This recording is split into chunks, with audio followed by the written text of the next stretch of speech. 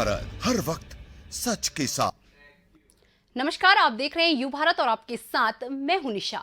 खबरों में जाने से पहले एक नजर हेडलाइंस पर।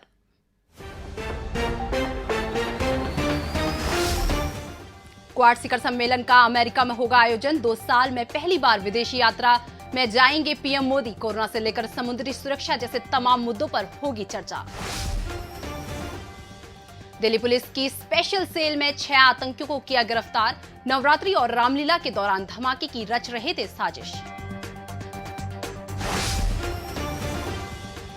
मां दुर्गा की प्रतिमा को लेकर बंगाल में राजनीति हुई तेज। कहीं सीएम को मां दुर्गा के रूप में दर्शाने की कोशिश, तो कहीं मां दुर्गा के हिजाब वाली फोटो हुई वायरल। आरएसएस से जुड़े और संगठन से करीबी रखने वाले योगेश सिंह के हाथों में जा सकती है दिल्ली यूनिवर्सिटी की कमान। राष्ट्रपति को भेजा गया केवल उन्हीं का नाम। अब खबरें विस्तार से।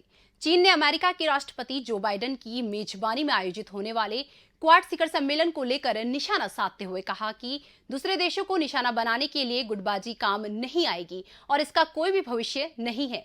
बता दें कि राष्ट्रपति जो बाइडेन वाशिंगटन में 24 सितंबर को प्रत्यक्ष तरीके से आयोजित पहले क्वाड शिखर सम्मेलन का आयोजन करेंगे, जिसमें प्रधानमंत्री नरेंद्र मोदी, ऑस्ट्रेलिया के प्रधानमंत्री के साथ ही जापान के पूर्व प्रधानमंत्री भी हिस्सा लेंगे। आने वाले त्योहारों के दौरान देश में धमाके कराने की पाकिस्तानी साजिश का पर्दाफाश हुआ है। दिल्ली पुलिस ने 6 आतंकियों को गिरफ्तार करके उनके कब्जे से भारी मात्रा में विस्फोटक और हाई क्वालिटी हथियार बरामद किए हैं। पकड़े गए आतंकियों में 2 ने पाकिस्तान में बम बनाने की ट्रेनिंग ली थी।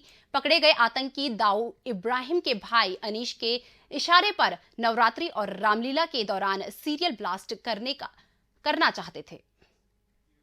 सेंट्रल विस्टा प्रोजेक्ट के तहत एक नई संसद भवन और नई आवासीय परिसर का निर्माण किया जा रहा है। इसमें प्रधानमंत्री और उपराष्ट्रपति के आवास के साथ कई नए कार्यालय और मंत्रालय के कार्यालयों के लिए केंद्रीय सचिवालय का निर्माण किया जा रहा है, जिसके लिए दिल्ली के डलहौजी रोड में स्थित रक्षा मंत्रालय से संबंधित कई अधिकारियों के ऑफिस को हटाया जा रहा है। जानकारी के मुताबिक 700 से अधिक दफ्तरों को हटाया जाएगा।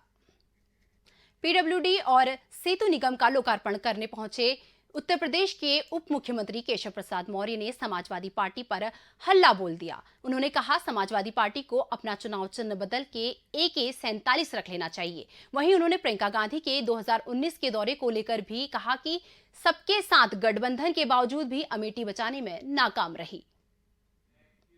बंगाल में दुर्गा पूजा से ठीक पहले मां दुर्गा की एक फोटो को लेकर राजनीति और मजहबी प्रोपेगेंडा शुरू हो चुका है।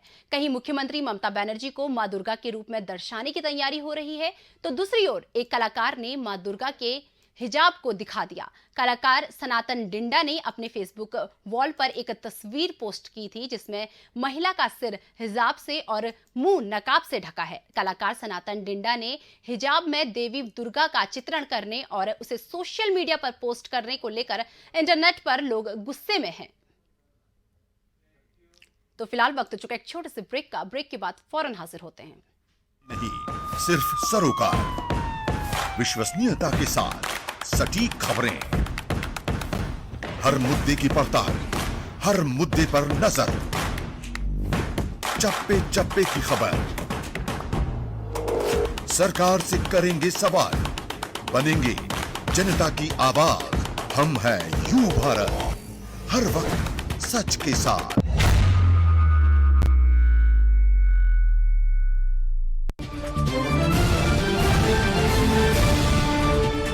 संचार और कम्युनिकेशन की दुनिया में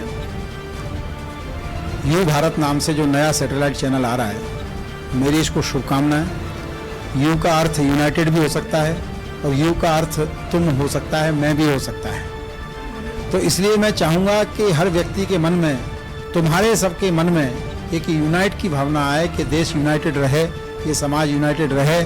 उसके लिए चैनल अपना क्या योगदान दे सकता है उसको तय करना चाहिए। और मुझे लगता है कि सामाजिक सरोकारों की स्थापना में चैनल इस तरह में जरूर आगे बढ़ेगा, लोगों में जनजागरण करेगा और समाज में एक चेतना विकसित हो, राजनीतिक चेतना, आर्थिक चेतना, सामाजिक चेतना, धार्मिक चेतना, नैतिक चेतना, इस दिशा में जरूर यू भारत काम करेगा। ऐसी मेरी शुभकामनाएं।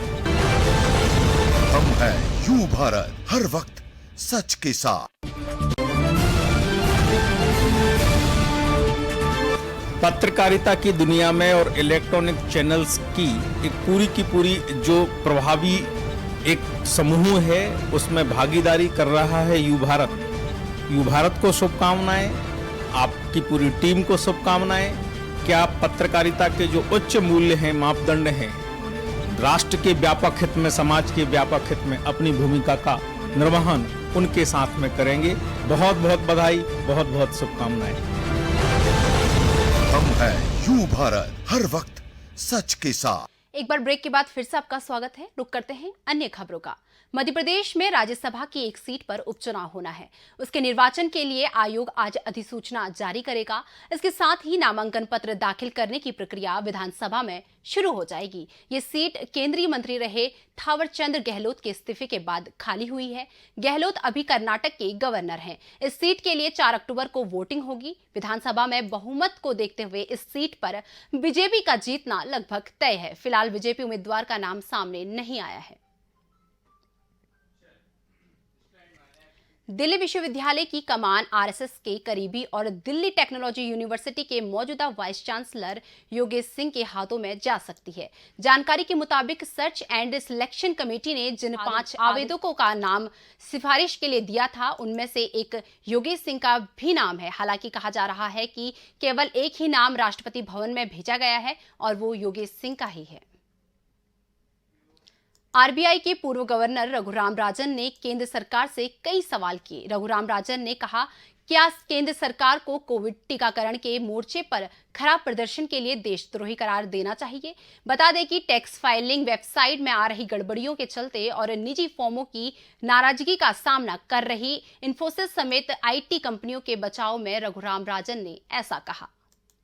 मौसम विभाग की माने तो अब बारिश में थोड़ा सा बदलाव होगा।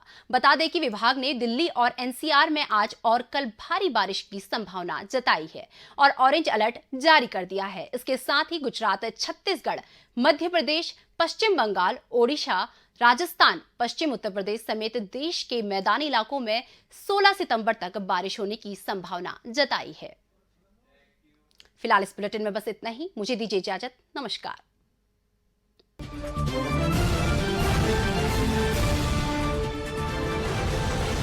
हम हैं यू भारत, हर वक्त सच के साथ।